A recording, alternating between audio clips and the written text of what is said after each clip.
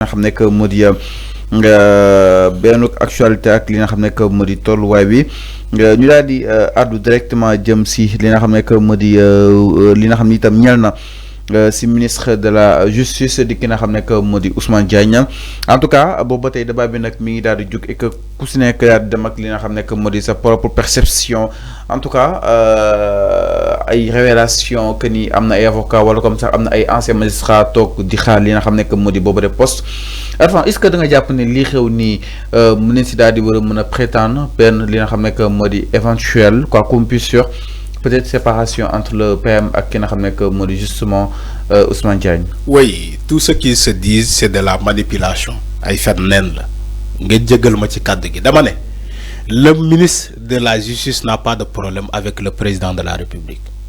Le ministre de la justice Ousmane Diagne n'a pas de problème avec le PM Ousmane Sonko. Amuñu problème. Il y a même pas de problème au niveau du gouvernement. Tout ce qui se dit au niveau de la presse, c'est de la manipulation, c'est de l'intox, c'est de la diffamation, c'est du mensonge, c'est du faux. C'est du faux. Il n'y a même pas une collision. Il n'y a même pas un bras de fer entre le Premier ministre et le ministre de la Justice. Ñu ne le clash dama ne amul clash. Clash amul. Dama ne amul clash. Amul clash. Il faut arrêter les manipulations. D'abord, le président de la République n'a même pas attaqué, musul attaqué le ministre de la Justice. Au contraire, daf ko renforcer ay arguments.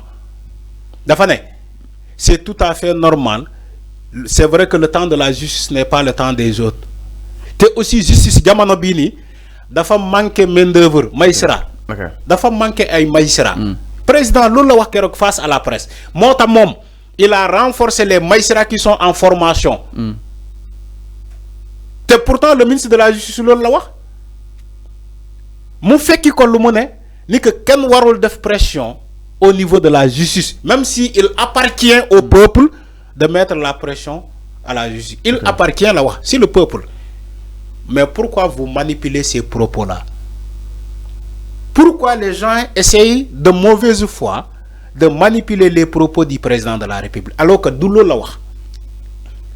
Pourquoi les gens cherchent aujourd'hui un clash entre le président, entre le PM et le ministre de la Justice alors que Amour ben clash?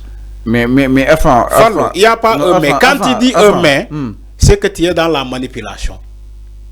Yo da nga fekk ci ñi manipulateur. Quand tu dis un mais, lolu nga warul wax mais.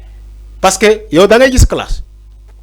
Je te pose la question en toute sincérité. Est-ce que yo gis nga clash? Non, enfin, ñu bari si li nga xam ne que moo di justement au sein de Pastef wala sax ñu bëri ñi nga xam ne itam peut-être aujourd'hui ñi ngi porter li nga xam ne que moo di la voix de ce projet kontaan nañu par rapport ak li nga xam ne que moo di juste mi daal doxee jàpp ne dafa yéex enfin yaa ngi déglu intervention yi chaque jour peut-être yooyu wax de si ñëw ak aussi ñi bàyyi ñi saaga di bàyyi entre autres tout le temps kontaan nañu exactement si nga xam ne moo di doxee ak wàllu yoonal moo tax est-ce que ma ne ils sont convaincus justement de ce boulot bi nga xam ne itam moom la Ousmane Diagne di mën a su boobu ba tey. Tu sais pourquoi? Le commentaire est libre, les faits sont sacrés.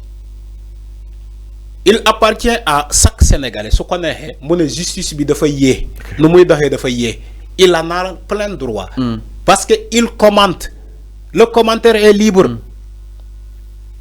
C'est le peuple qui commente ou bien une partie du peuple qui commente ni que justice bi dafa yee mais ils ont le droit. Mais est-ce que gis nga président de la République mu ne justice dafa yee mais du ko wax parce que il va pas mettre cette pression là au niveau de la justice. Mais il appartient au peuple de commenter librement ni que justice lu muy doxee dafa yee.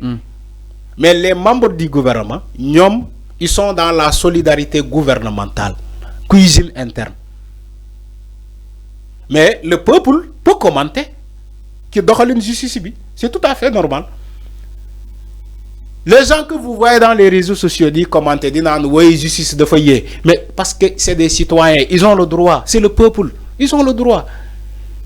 Mais les membres du gouvernement, ils vont pas dire au ministre ni que ce justice ne mooy doxee dafa yee. non enfin yàgg am na ñu koy wax bëri na quand même. les membres du gouvernement que j'ai dit bëri na am na quand même ñu koy wax Alpha. les membres du gouvernement laa wax Fallou je précise bien mes mots les membres du gouvernement ils sont dans la solidarité gouvernementale même si tout le monde voit que la justice même yow sax xam nga ko justice nu mu doxee dafa yee. Voilà, nous tous on le dit ñun ñëpp dañ koy wax mais président ñëw na largement pour défendre le ministre Ousmane Diagne dafa ne il y a un nombre, il y a une carence de magistrats. Il y a une carence de magistrats au niveau de la magistrature. Mota, dañoo yok magistrats yi qui sont en formation. Président loolu la wax. Donc la faute n'est qu'aussi le ministre Ousmane. Mais c'est ce qu'il a dit. Le président au contraire par rapport à ce qui se dit ni que classement am, au contraire le président dafa laver le ministre ba mu set wecc. Au contraire, le président de la République dafa laver le ministre ba mu set wecc. Il a dit à tout le monde que la faute ne se trouve pas au niveau du ministre de la Justice. Il y a carence de magistrats. Magistrats yi doyul Sénégal. C'est ce qu'il a dit. Te instance yooyu lu ñuy recevoir ci ay dossiers dafa bëri te magistrats yi doyul. Loolu la wax. Xanaa ku wax loolu jàppale na ministre bi ci les attaques. Maintenant pourquoi aujourd'hui vous dites qu'il y a clash, amna clash entre le président et le ministre bi? C'est faux. Arrêtez ce que vous dites aussi. Lolo, c'est de la manipulation, c'est du faux. C'est du faux. Donc, les gens doivent analyser et dire l'essentiel. Et laisser, arrêter de créer des problèmes là où il y en a pas. Mais enfin, pour éviter ces suspicions, est-ce que vous assurez une véritable indépendance au ministre bàyyi ko mu demal li nga xam ne que mu di justement cooware boppam waaye itam ni mu sentir justice bi daal di wala mën a dox mu daal di koy doxee concrètement. Fallou buñ ko teg benn pression. Fallou un ministre que ce soit si gouvernement bi que ce soit si peuple bi. Fallou un ministre n'est jamais indépendant. Fallou il faut arrêter. Ku xamul gouvernement nu muy doxee ku xamul état nu muy doxee mooy wax loolu. Justice mën na am indépendance. Donc tu es d'accord à ce que ñu koy manipuler? Un ministre n'est pas indépendant. Tu es d'accord à ce que ñu koy manipuler? Un ministre non Fallou. Tu es d'accord à ce que ñu koy manipuler? Waxuma manipulation. Personne ne manipule personne. Personne ne manipule personne. Fallou, arrête ce que tu dis. Ce que tu dis là, tu sais même pas ce que tu dis. Non, personne ne manipule non, personne. C'est un peu, il y a des gens, un peu déplacé. Fallou, il y a des gens qui ne sont pas indépendants et ils ne sont pas manipulés. Je te dis du français. Il y a des gens qui ne sont pas indépendants, mais ils ne sont pas manipulés. Ça sens d'écoute. Je sais que Sénégalais, ils mais avant, indépendant, il y a des gens à la dépendance justement d'une personne et que à tout moment, et il ne te met même pas de pression. Tu peux être sous la dépendance d'une personne et il ne te met pas de pression. Mais quand même, c'est susceptible. Mais à chaque fois, tu dois lui rendre des comptes, comme les ministres. Tous les ministres sont sous pression. Dans tous les États au monde. Tu sais pourquoi? Ils veulent faire des résultats. Point. Fin de citation. Maintenant, quand il me dit que le ministre dit Warna am indépendance, donc c'est qu'il n'est pas dans un gouvernement. Okay. Il est dans un secteur privé. La justice, je suis d'accord, elle doit être indépendante parce que c'est des magistrats. Le magistrat doit sermenter, doit lire serment devant tout le peuple. Ce magistrat-là doit être indépendant. Il doit être sous l'autorité de la loi. Mais ce n'est pas un ministre. Un ministre, Fallou. Depuis deux moments, je vais expliquer pour comprendre. Un ministre, il fait partie d'un gouvernement qui a été nommé par quelqu'un, une seule personne. Où la loi te dit qu'il a le droit de nommer des emplois civils et militaires. Cette personne-là n'est rien d'autre que le président de la République qui nomme partout, jusqu'à nommer les ministres. Et ces ministres-là, chaque mercredi, ils sont en conseil des ministres. T'es conseil des ministres, amna. T'es du mercredi. Chaque mercredi, ils sont en conseil des ministres pour rendre compte.